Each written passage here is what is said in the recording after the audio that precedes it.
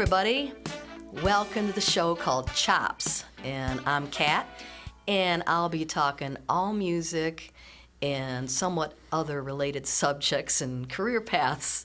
And it's all a lot of fun. Lots of things have been happening with me and the band. For one thing, this last weekend, being Saturday, September 1, me and the band performed at B1 Tavern in Kego Harbor, and that was a great turnout and fun night.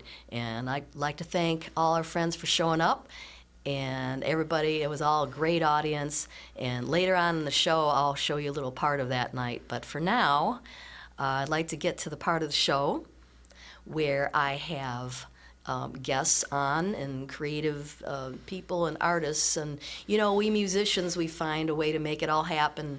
And it turns out that many other forms of expression tie into it all. So art, acting, poetry, writing, talk show host, you know. So my next guest here is one of those artists that juggles several talents. So everybody welcome poet, rapper, painter, podcast comedian, Jacob Plante. Thank you for having me. Hello, everyone. Welcome. As I'm excited to be here. Yeah, so glad you can make it. And thanks for joining us.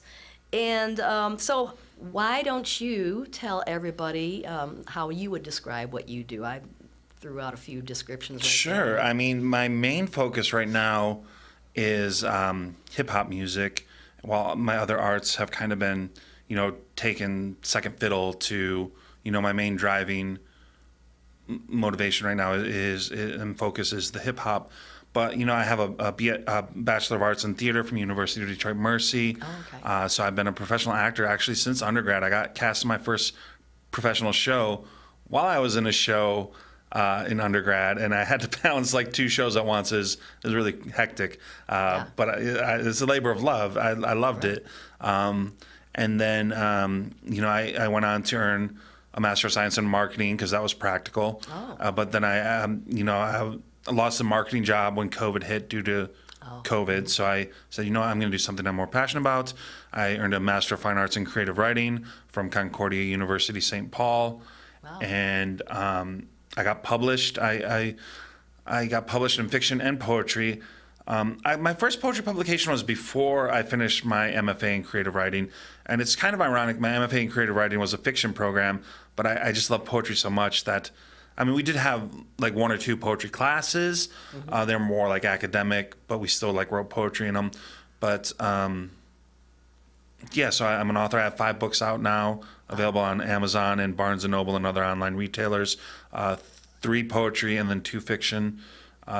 Collection of short stories called Flipside, which was my thesis project for my MFA. Oh. And then Split the Sea was my first book, my first poetry collection. Has a lot of Jewish-themed poetry in it. Mm-hmm. Actually, a lot of stuff that I perform and write, even my lyrics, all very infused by Judaism.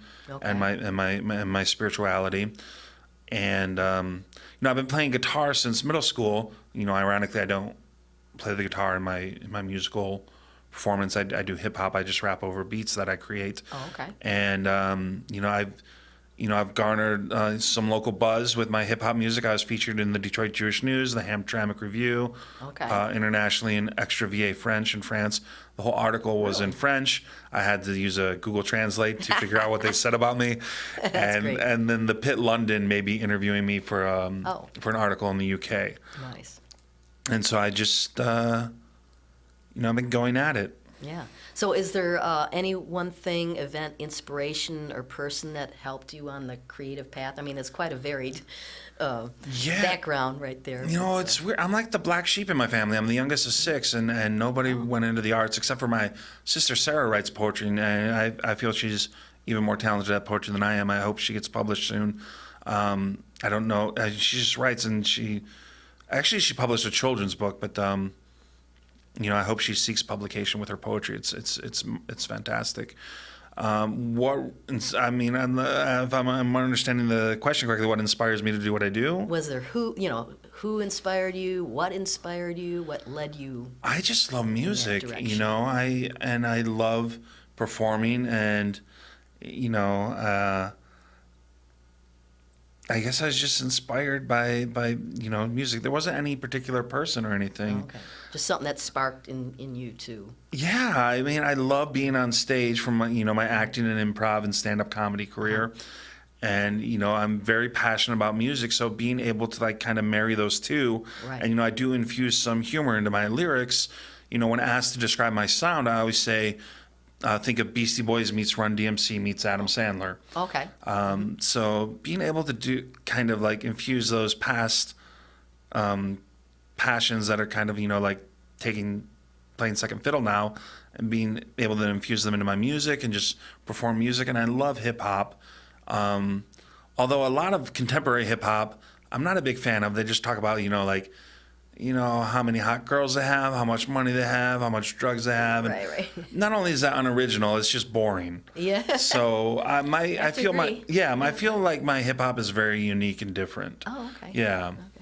So, well, that was kind of my next question. As a comedian, then, how would you describe your comedic style? Or is it just Very blending those? very self-deprecating. Oh, okay. Very Jewish humor of self-deprecation. Like my opening act. So when I was 26, I did a show at the Midland Center for the Arts, and I had moved back home with my parents for a while to save up money. Like all artists, I was a starving artist, and it's not very financially feasible at first. So I did a show at the Midland Center for the Arts that I titled "Bringing Home the Soy-Based Bacon-Flavored Protein Strips." Okay. Which is a funny way of saying kosher bacon. Okay. But, and my friend Stephanie Hillier, who's a brilliant comic who's now out in Omaha, Nebraska, opened for me. And it was like the longest show I've ever done. It was like an hour and 40 minutes of comedy. And she did like 20 minutes before I went on. My opening joke was, and I think this will give you a gist of my comedic stylings, was because I was 26 at the time, and I said, they say you are what you eat. It looks like I ate a 26-year-old loser who lives with his parents. I like that right away. Thank you. Yeah. So comedy influences. You say Jewish. First one comes to mind, but then these other food references is like, to me, a combination of Woody Allen and Weird Al Yankovic or something. Sure. Maybe. I don't know. Yeah. I feel like I was always a big fan of Weird Al. Maybe he's influenced my music a little bit too, because some of it's pretty silly. Yeah. But then some of it's very deep and meaningful, like infused with the silliness. Yeah. Yeah. I love Weird Al. And, Did you see the Roku show, the movie? oh, you mean the biopic? Yeah. I it was saw great. that. That guy that plays him is great. Yeah. I've written some stuff that's pretty off the wall, and I like to compare it to him too. But you never know. Yeah, but, I just remember being in fourth grade and listening to It's Christmas at Ground Zero with my friend Billy Bach, and we loved it. Right. Yeah. I saw him live once, and it was fantastic. He's got Cool. the tightest band. He's amazing. So you also spent some time with Second City. When I was in Detroit, not the big Second City. I mean, I studied there and I honed my craft of improv there. One time I did like a show with some of the Torco members at University of Detroit Mercy. I don't know if they were the understudies or not, but like they were much more affiliated with Second City than I was. Oh, okay. But I knew some of them, and they asked me to come perform with them for a private event they were doing for the University of Detroit Mercy faculty and staff back when University of Detroit Mercy had the Outer Drive campus, which is now Wayne County Community College, purchased that campus from them. Mm-hmm. So with all these different skills and outlets that you have, do you find it challenging to balance them all and keep them in Yeah, tune like and all one that? thing I don't and won't do anymore is stage work as an actor, just because it's so time consuming and it doesn't leave you time for anything else. Like not even to have a life. And I'm a single dad. I have a wonderful 13-year-old son named Adam. And like it totally consumes you until the show's over. And it's so much time and energy. Like if I ever do any acting, I'm going to, if I ever get any more gigs, I'll take like the film and television or commercial, TV commercial gigs. Okay. I mean, also, to like, how do you say, like fine tuning things, like you spend time on writing and dividing all your time between that. I mean, I love to write, and I only have my son splits time between me and his mother. Oh, okay. So like I have a lot of alone time and downtime, and I fill that up with writing and either poetry or lyrics. And I found all the poetry training and writing I've done really helps me with the song lyrics. And even the stand-up comedy I've done, because stand-up comedy is not really a performer's medium. It is, but it isn't. It's more of a writer's medium, whereas like improv and acting is a actor's medium.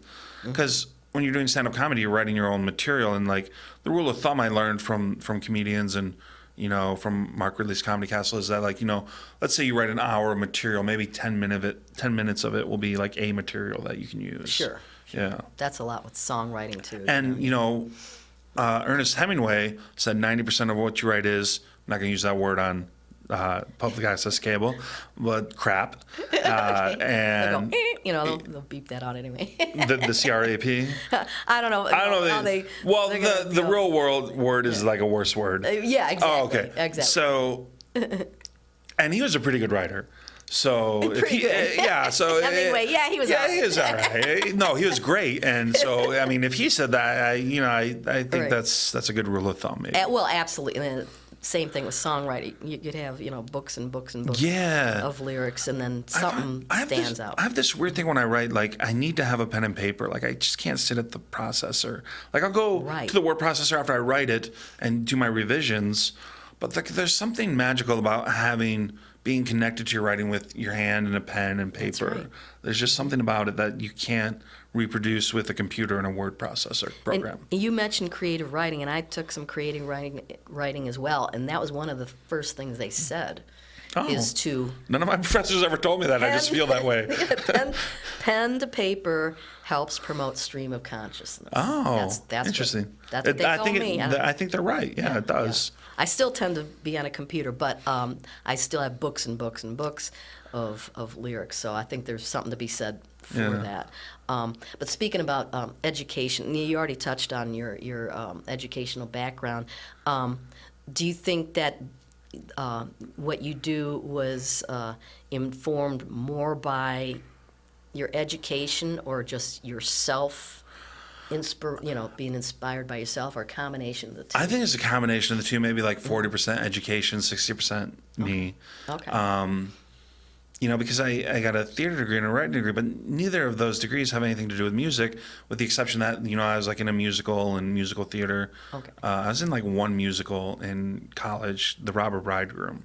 And yeah, I think it's, a share of, 60% me, 40%. Oh, okay. Like the old straight man, funny man split, like Abbott and Costello. Oh, all right. Lou Costello was the funny man. He got 40%. Straight man always got 60% because it was easy to find a good funny man, but straight men that were really good, like Bud Abbott, were harder to find. Okay. So they always got a bigger share of the take. Okay. Yeah, see, that's another aspect of that I kind of forgot about that part of it, really. Yeah. But I have heard that. So you, and you have a website, it's Jacob Plante. It's jdplant.com. Oh, www.jdplant.com. Okay. D is my middle initial. I'll let you know. It's David. It's my dad's first name. Okay. And so and J Plant was taken. So I don't know who has J Plant, but. Oh, okay. Yeah. All right. And so, get back to your some of the things that you've done as on Amazon. Yeah, series. Some of my acting. So I've had small roles and extra roles in some Hollywood films, and I've had bigger roles in independent films. But I was in a series that was on Amazon Prime called $1 Billion to One. It's a really interesting series because it was shot globally. Okay. The gentleman who asked me to be in it is a friend of mine, Marty Shea. He's a big time producer and director and film writer, and he set up this thing.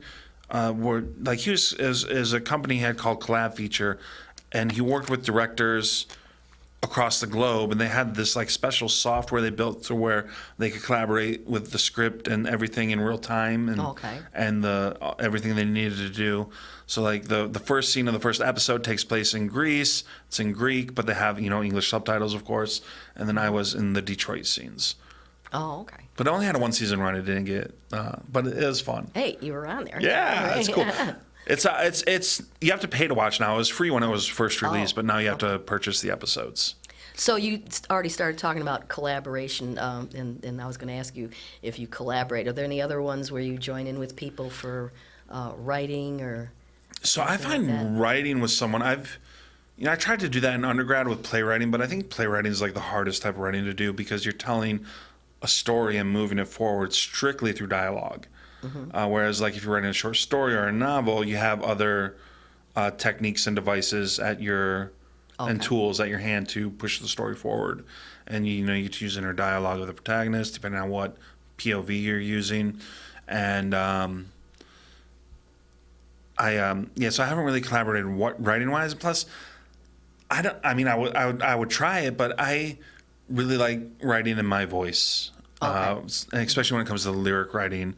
Although I would really like to collaborate with someone who doesn't do hip hop and make like a fusion of their genre and mine. Oh, okay. But I am collaborating with Detroit's very renowned DJ Blaze. We're working on an 18-track album called Unity on Wax. He's gonna mix and do all the beats. I already have all the lyrics written for each song. So I'm going to do vocals, and it's going to be a lot of fun. Okay, so there you go. Well, there's different ways of working. That's all. Yeah, of course. And, so back to your poetry and short stories. Are there any? And this kind of like ties in with some of the earlier questions, but any particular subjects you tend to write about in that area? My short stories are very peculiar, almost on the borderline of being bizarre. Like I have one called Origins, where it's the day that Charles Darwin dies. He is elevated to heaven. He meets God, and then they have this huge debate and argument over creationism and evolution, and both of them like butt heads and like they don't believe in each other's concepts. And then I have this one that I'm really proud of called Bill Shakespeare, The Teenage Years, where his father wants him to abandon writing and become an alderman, and which is a politician, for those of you who don't know.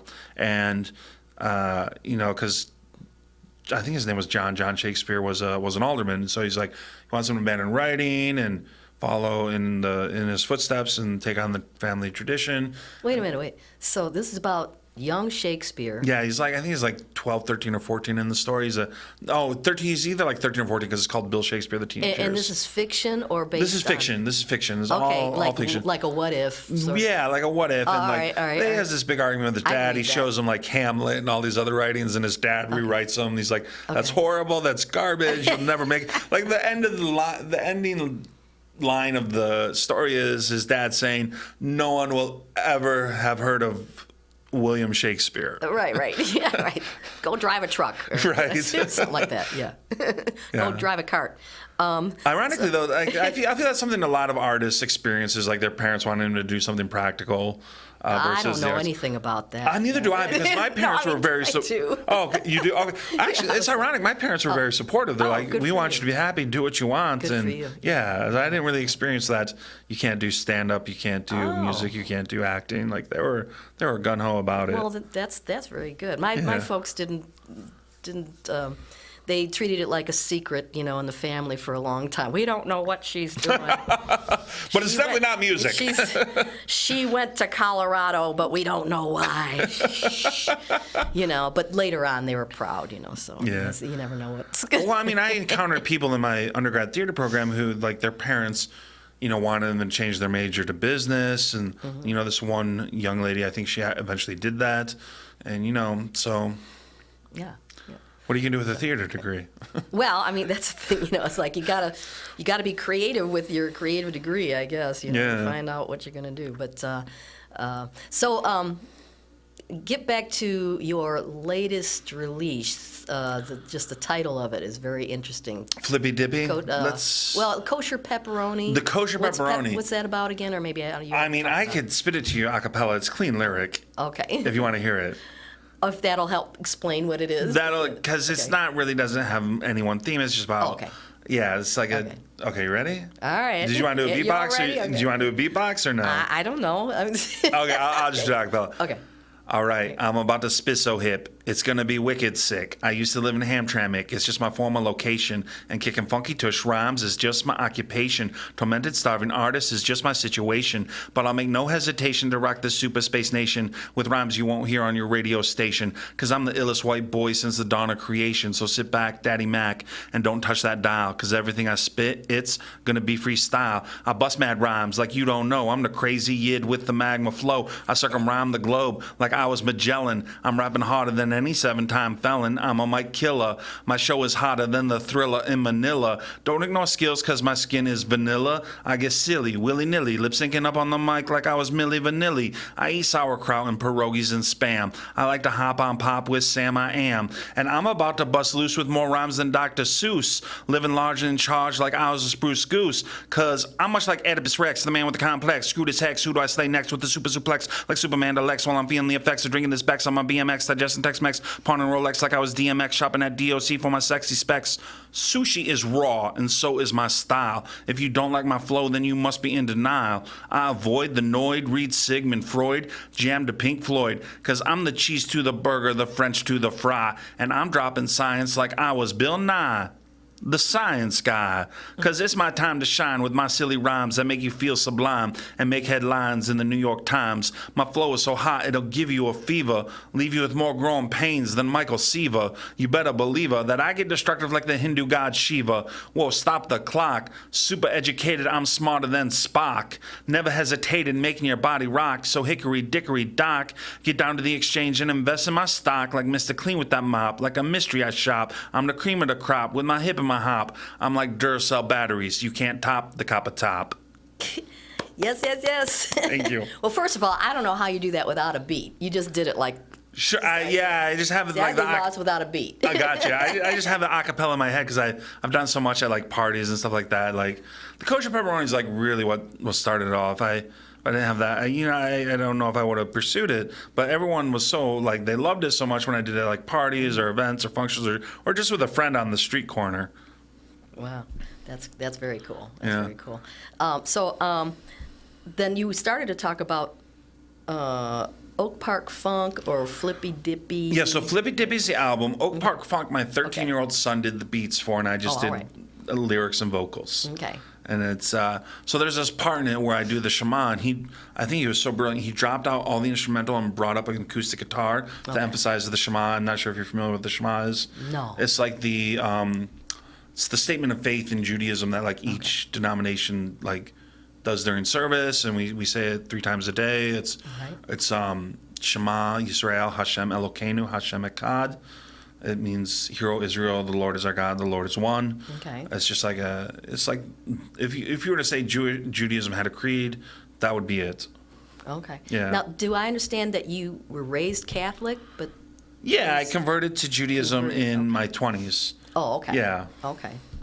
I could see how that would. I'm raised Catholic, and I kind of see the interest in Judaism. Yeah. My stepchildren are, of the Jewish faith, and I found it. I don't know if there's the same amount of guilt as. I was just going to say something about the guilt. When I The same converted, guilt, but I still I gave find a speech. Judaism I gave a speech at interesting. at Temple, and I was like, as I was raised Catholic, so I am no stranger to guilt and suffering. Okay. So it wasn't much of a step for me to go into Judaism. But I do find their approach, like you say, there's some guilt, I guess. I wasn't raised Jewish, so I was only raised with the Catholic guilt. But I don't find as much like you're a bad person if you don't do this. No, it's a this. different type of guilt. I think. Different type Yeah. of guilt. There you go. Yeah, like it's not like you're making Jesus cry type of guilt. Yeah, right, something Yeah. like that. Okay, so then your poetry and music can be found on all the outlets. Amazon, Barnes & Noble, other online retailers. I found it on eBay. Some guy was underselling Amazon. I don't know how. Oh, I hate when that happens. Yeah. They're making like, how did- $40 for, you know. I'm like, how did this guy on eBay get a copy of my book? Yeah. Yeah. Oh, the book. I saw my CDs up for sale for $40. Like, Wow. what the hell? And people are probably buying them. And a lot of Out these in people on Russia eBay, somewhere. a lot of people on eBay, some of them they drop ship where they just have Mm-hmm. it ordered from Amazon and send it to the person's address, and then they collect the money. That's great. Which technically I don't think is illegal in some areas, but like it's very unethical. I Yeah, think. very. Yeah. But the internet is still the Wild Wild West, so I think For it sure. can still happen. So also, you have a show coming up. Yeah, my that. debut performance is going to be November 23rd, 2024, 6 p.m. at the Dovetail, $5 cover. Opening for me is the very talented Emma Z. She plays the ukulele and sings. Okay. Very talented young lady. You can find her music on Spotify, Apple Music, and all the streaming platforms as well. Okay. And let's see. So that, yeah. Is there anything else you wanted to mention? Any other projects or anything? Sure. I mean, the big thing, look out for Unity on Wax, me and DJ Blaze. But I do have some other albums out there. I have 2 spoken word poetry albums where I perform poetry to funky beats. One of them is Metaphor Delight. That was the first one. And then the other one is Syntax Illusion. Not SIN space TAX, but syntax like the literary term SYNTAX. Oh, all right. Yeah, and then I have an album out called Tribute to the Bard, which is 18. I like to do 18 tracks because it's symbolic in Judaism of life. L'chaim. Chai, the numerical value of Chai, life, is 18. Really? So I like to do 18-track albums because of the symbolism. It's an 18-track album of me performing Shakespeare monologues to acoustic guitar. Interesting. Yeah. Well, it's all interesting stuff, Jacob. Thank you. Thanks so much for joining today. Thank you for having me. And everybody, go see Jacob at the Dovetail in Warren and look him up on all the music outlets. There's actually links to all the outlets, and I actually have a YouTube channel separate from my YouTube music that's called the Jacob Plante Show, where you get to see behind the scenes stuff of me and our artistic journey. Oh, and your website is? jdplant.com, but plant is spelled with an E on the end, and please don't say planty. That drives me bananas. Okay. jdplante.com, jdplant.com. All right, everybody got that? Okay, so we're going to sign off here, and thanks again, once again, Jacob, for joining.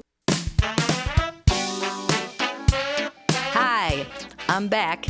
And just to let you know that I was talking about this last weekend. We played, my whole band, the Cat Orlando Band, got together and played at B1 Tavern in Kego Harbor this last Saturday. That would have been September 21. And it's always fun pulling everybody together, our musicians and our friends. And we hope to return to B1 soon.